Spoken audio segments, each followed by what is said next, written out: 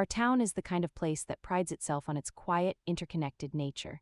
It's a town of potlucks and porch swings, of knowing your neighbor's kids by name and trusting the local paper over any national news source. For 15 years, I had been a central thread in that community fabric.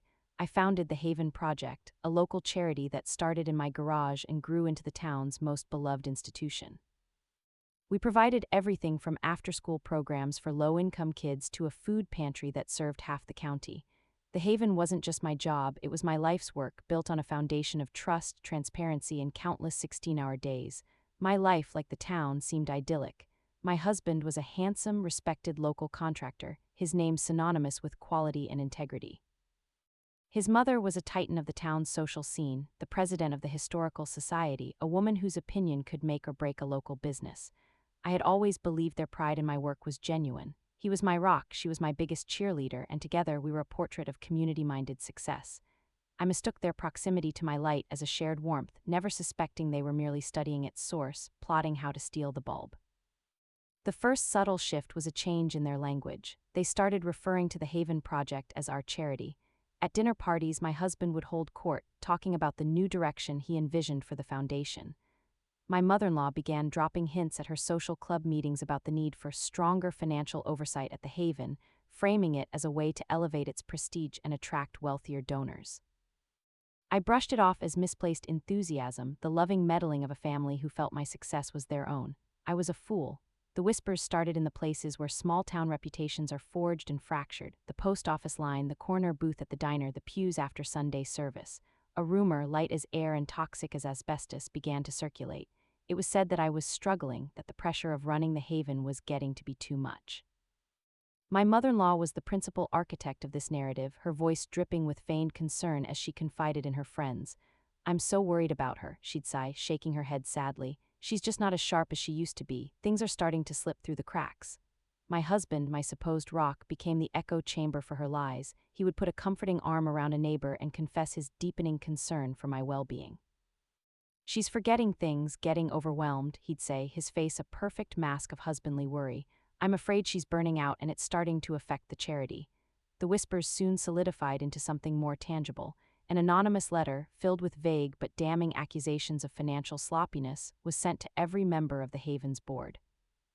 Then came the article in the local paper, a feature piece on the charity that was poisoned with quotes from unnamed sources close to the foundation, who expressed fears about its current leadership.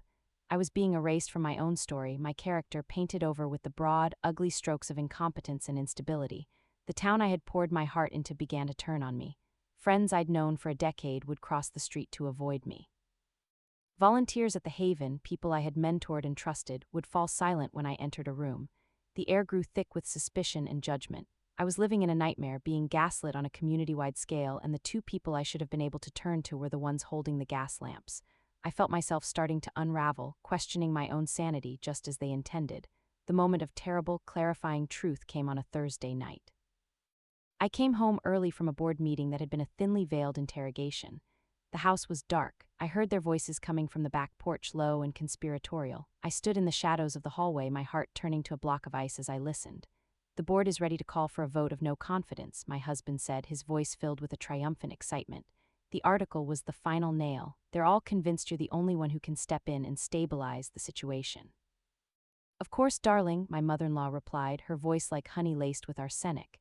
"And I've already spoken to Judge Miller. Once the board declares her unfit, getting me appointed as chair of the board will be a mere formality. We'll finally have proper control over the funds, be able to steer them towards projects that actually matter, that enhance our family's standing in this town."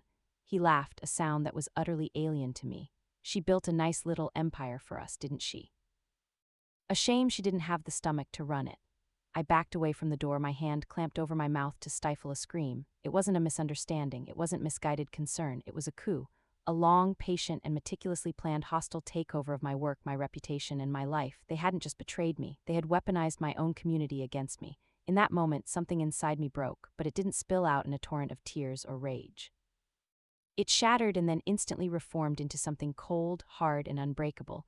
I would not let them win. They wanted to put me on trial in front of the whole town. Fine, but I would not be the one in the defendant's box. I would be the prosecutor, and they had just unknowingly confessed to a crime far worse than mismanagement. The days that followed my discovery were the loneliest of my life. I was an actress in a grim play, performing the role of the woman they wanted me to be, broken, confused, and defeated.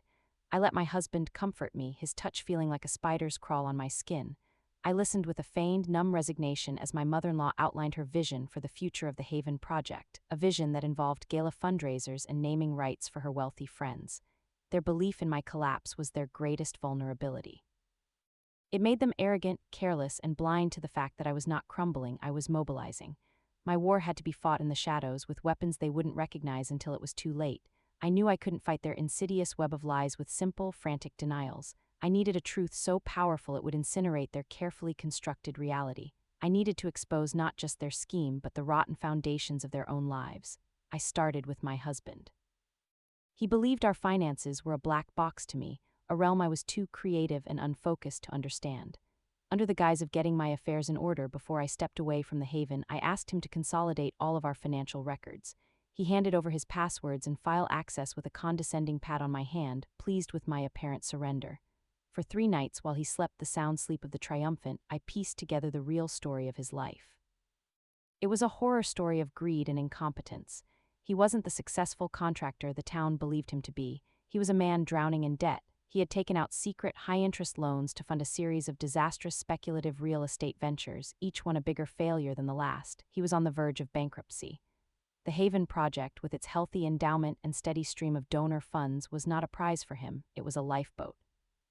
His plan was to seize control and use the charity's accounts as his personal slush fund to cover his catastrophic losses. I scanned every threatening letter from a creditor, every statement showing a maxed-out line of credit, and every email pleading for extensions. I saved it all to an encrypted hard drive, creating an undeniable portrait of a desperate, cornered man. Next, my mother-in-law. She was a far more difficult target. Her entire identity was built on her public image as the town's grand dame, a woman of impeccable pedigree and unimpeachable character. But something she'd once said, a casual remark about her humble beginnings in a small town in rural Pennsylvania, had always stuck with me. It was a thread, and I was determined to pull it. I couldn't hire a local private investigator. The town was too small, the risk of exposure too great. Instead, I called an old friend from college who now ran a corporate security firm in Chicago. She owed me a favor, and she delighted in the kind of discreet, deep-dive background research that could unearth long-buried secrets. While my friend's team went to work, I endured the final stages of my public crucifixion. Just as they had planned, my husband and mother-in-law, under the banner of community transparency, formally requested a public town hall meeting. The flyer, posted in every shop window on Main Street, was a masterpiece of passive aggression, a community conversation to secure the future of the Haven Project. It was to be my public execution, the final scene where the weight of manufactured public outrage would force me to resign in disgrace. They scheduled it for the following Tuesday. I had 1 week. The day before the meeting, a coded email arrived from my friend in Chicago. Attached was a password-protected file. The contents made my breath catch in my throat. My mother-in-law, the president of the Historical Society, had a history of her own that she had been very careful to erase. Her name wasn't her birth name. 30 years ago, in that small Pennsylvania town, she had been the treasurer for a local veterans charity. The charity had collapsed under the weight of an embezzlement scandal. She had been the primary suspect. The district attorney at the time couldn't make the charges stick due to a key witness recanting their testimony under duress, but the court of public opinion had delivered its own verdict. She had fled town in the middle of the night, changed her name, and moved here to start over, reinventing herself as a pillar of a community she had no real roots in. My friend's team had found it all: copies of the original police report, archived articles from the local Pennsylvania paper, and most importantly, the name and current address of the witness who had been intimidated into silence. He was an elderly man now, living a quiet life in Florida. With my ammunition gathered, I spent the last 24 hours not in a state of fear but of focused, cold fury. I wasn't just defending myself anymore. I was preparing a counteroffensive. I compiled my husband's financial records and my mother-in-law's secret history into a clear, concise, and utterly devastating presentation. I paid a local tech-savvy teenager to be on standby at the town hall, ready to manage the projector, and I made one final, crucial call. I booked a flight to Florida for a man named George Carmichael, the key witness, and a room for him at our town's finest hotel, all on my personal credit card. I told him that after 30 years it was time for the truth to be told, and that I had a stage and a spotlight waiting for him. The town hall meeting felt like a public execution.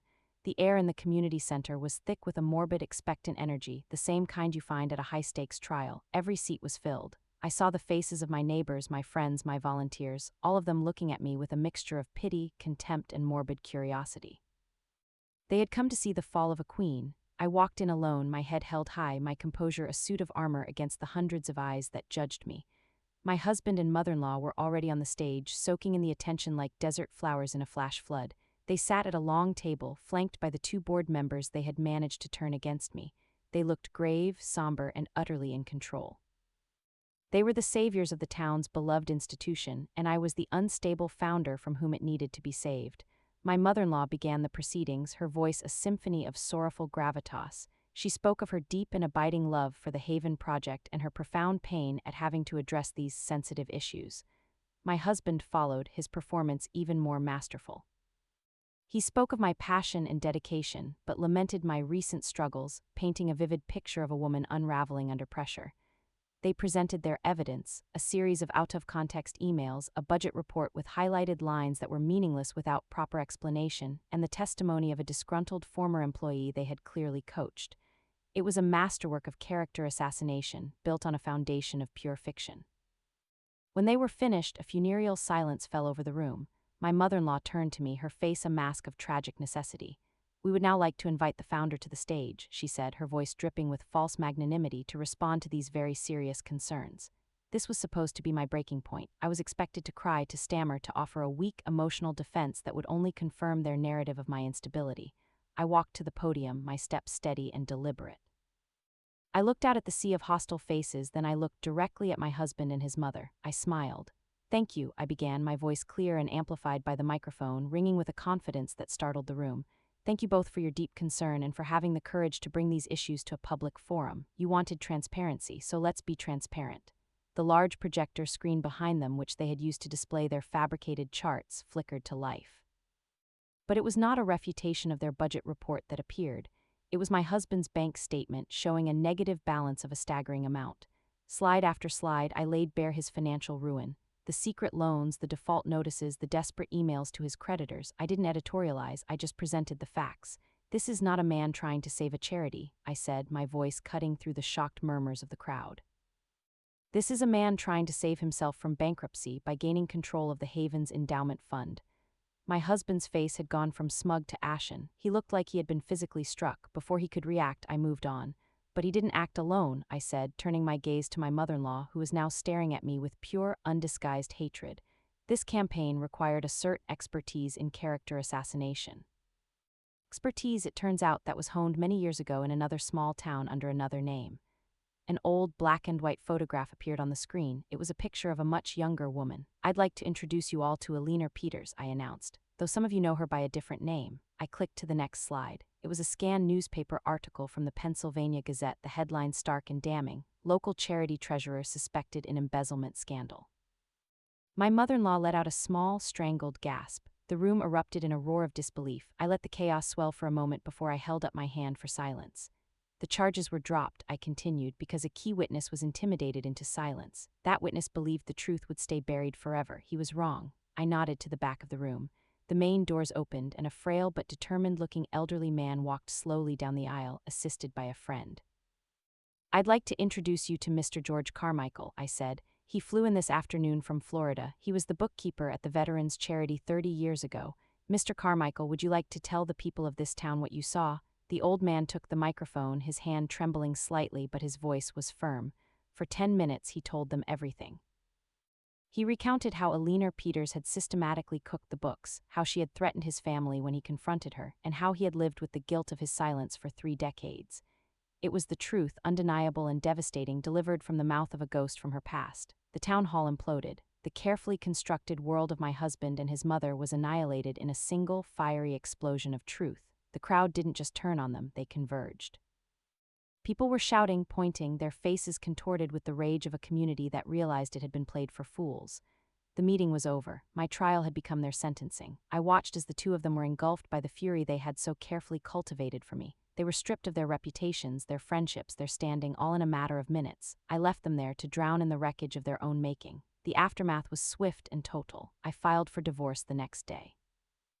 The Haven Projects Board issued a public apology to me and voted unanimously to ban my ex-husband and ex-mother-in-law from any affiliation for life. They became pariahs, forced to sell their homes and leave the town they had tried to conquer. They had sought to publicly disgrace me, to turn my own life's work into a weapon against me, but they underestimated me. They saw me as the gentle founder of a small-town charity. They never imagined I could be the ruthless CEO of their complete and utter destruction. Thanks for listening to this story. Now I want to hear your thoughts in the comments. Your experience might be exactly what someone else needs to hear right now. Share this story with your friends and don't forget to leave a like and subscribe to Revenge Laura for more episodes.